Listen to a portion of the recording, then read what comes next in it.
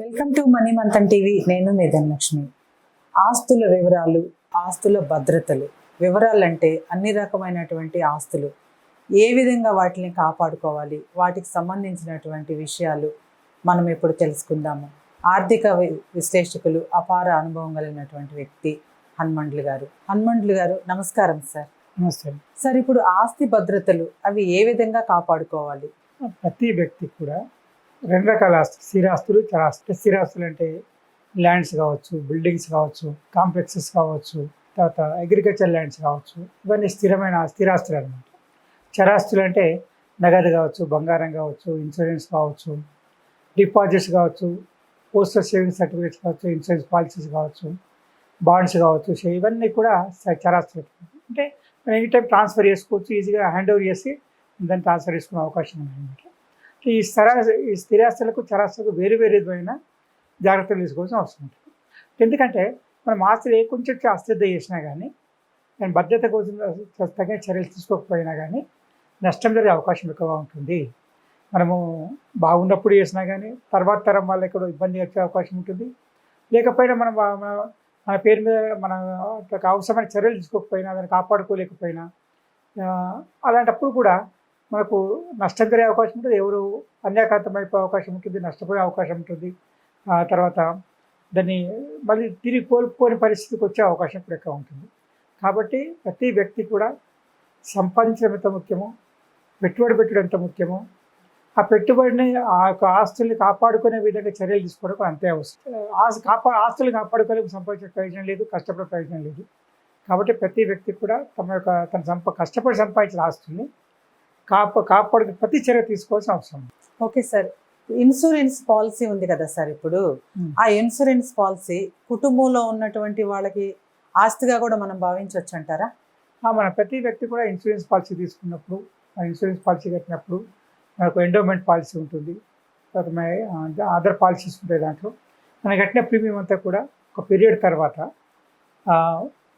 మన కట్టిన premium plus bonus కలిపి రిటర్న్ వస్తుంది.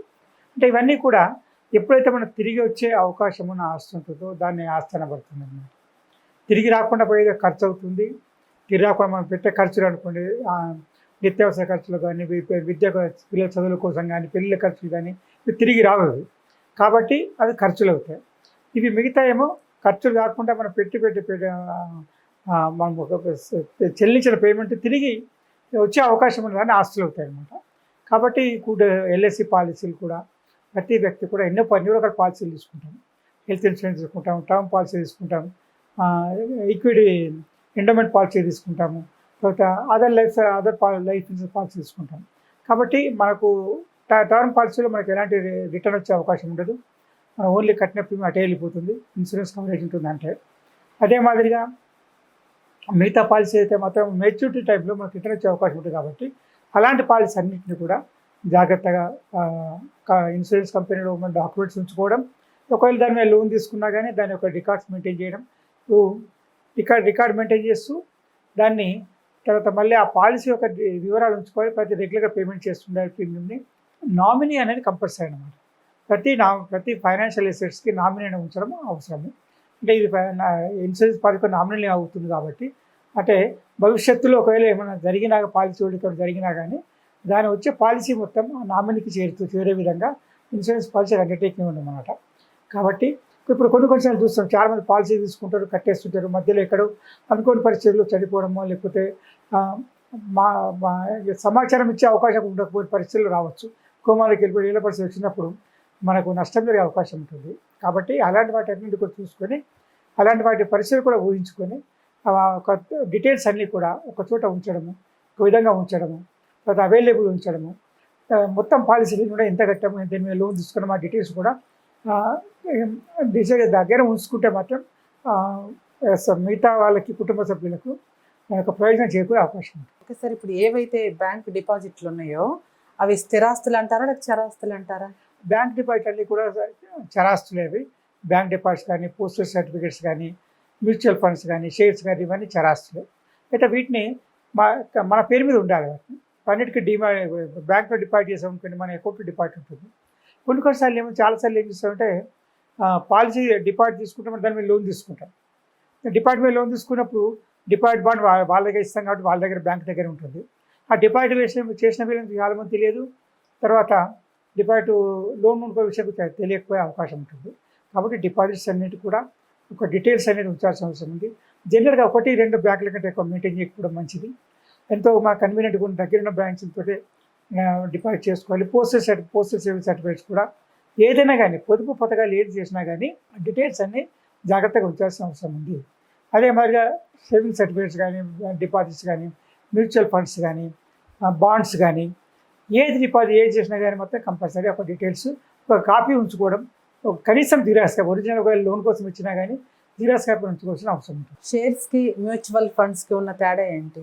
షేర్స్ అంటే ఏమవుతుందంటే మన సొంతంగా మన పేరు మీద షేర్స్ ఉంటాం. ఇప్పుడు సపోజ్ మేము ఒక 100 షేర్లు టాటా స్టీల్ ఉన్నాం అనుకోండి, ఇది మన పేరు మీద ఉంటుంది. డిమాట్ అకౌంట్లో కూడా మన పేరు ఉంటుంది కాబట్టి టాటా షేర్స్ 100 షేర్లు మీ పేరు మీద ఉన్నాయని చెప్పాను. అలా కాకుండా మనము సబ్జెక్ట్ షేర్ మార్కెట్ ఎలా చేయాలో తెలియదు, వ్యాపారం ఎలా చేయాలో అనుభవం ఉండకపోవచ్చు, రిస్క్ తీసుకోవాలి ఎందుకు అని అనిపించుకోవచ్చు. అలాంటప్పుడు ఏం చేస్తాం, మ్యూచువల్ ఫండ్ ద్వారా మనం పెట్టుబడి పెడతాం అనమాట.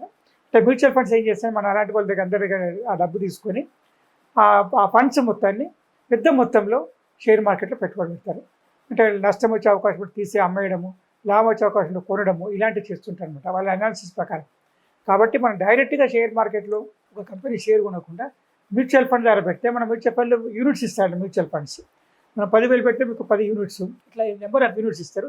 దాని ప్రకారమే అన్ని కంపెనీ షేర్ డీల్లో వచ్చిన లాభాన్ని మదింపు వేసి దాంట్లో వచ్చిన ట్యాక్స్ పోను మిగతా అమౌంట్ యూనిట్ అయితే మ్యూచువల్ ఫండ్ పెట్టుబడి పెట్టిన వాళ్ళకి, యూనిట్ హోల్డర్స్కి డివిడెండ్ రూపంలో ఇవ్వడం జరుగుతుంది. అంటే మనం డైరెక్ట్గా షేర్లు ఉంటేనేమో షేర్ హోల్డర్ అవుతాము, అలా కూడా మ్యూచువల్ ఫండ్స్ ద్వారా ఉంటే మాత్రం మనం only mutual fund units holder అవుతాము. కాబట్టి ఆ మ్యూచువల్ ఫండ్స్ని కూడా షేర్స్ లాగే జాగ్రత్తగా ఉంచాల్సిన అవసరం ఉంటుంది. ఆ మ్యూచువల్ ఫండ్స్ ఒక రికార్డ్స్ ఉంటుంది వాళ్ళ దగ్గర. ఇప్పుడు డిమాట్ అకౌంట్ ద్వారా ఉంటుంది, వాళ్ళ దగ్గర ఉంటుంది record, mutual fund agency managers దగ్గర ఉంటుంది. కానీ మన దగ్గర కూడా ఆ రికార్డు ఉంచాల్సిన అవసరం ఉంది. వాటికి కూడా నామినీ ఇవ్వాల్సిన అవసరం ఉంటుంది, ఆధార్ కార్డు లింక్ చేయాల్సిన అవసరం ఉంటుంది, పాన్ కార్డు లింక్ చేయాల్సి ఉంటుంది. ఇవన్నీ చేస్తూ ఇంకోటి ఏంటంటే పేమెంట్స్ ఏవైతే మ్యూచువల్ ఫండ్ కానీ షేర్స్ కానీ కొనడానికి చెల్లించాల్సిన డబ్బు మొత్తం ఒక్క అకౌంట్ ద్వారా పంపిస్తే మనకు ఈజీగా వెరిఫై చేసుకునే అవకాశం ఉంటుంది. ఒకవేళ మనకు మర్చిపోయినా గుర్తు లేకపోయినా కానీ మనం ఎంత డబ్బు పంపించామనే రికార్డు ఆ బ్యాంక్ పాస్ స్టేట్మెంట్ చూసినప్పుడు దొరికే అవకాశం ఉంటుంది. ఇప్పుడున్నటువంటి పరిస్థితిని మనం చూస్తున్నాం కదా సార్, బయట మన ఆస్తుల్ని కాపాడుకోవాలంటే ఎలాంటి జాగ్రత్తలు తీసుకోవాలి? ఇప్పుడు మనం ఏమనుకోవాలంటే అన్ని ప్రస్తుత పరిస్థితుల్లో మనం చెప్పలేము. నెక్స్ట్ రోజు ఏం జరుగుతుంది, ఎలా జరుగుతుందో కూడా తెలియదు. ఎన్నోసార్లు ప్రమాదకర పరిస్థితులు కూడా ఎదుగుతుంటాము, ప్రమాదకర పరిస్థితులు కూడా ఉంటుంటాము. అదే మాకు ఆరోగ్యం కూడా ఎప్పుడు ఎలా ఉంటుందో తెలియదు. కాబట్టి ఎలాంటి పరిస్థితి వచ్చినా తట్టుకునే అలాంటి పరిస్థితుల్లో ఆస్తులు కాపాడుకునే విధంగా చర్యలు తీసుకోవాల్సిన అవసరం ఉంది.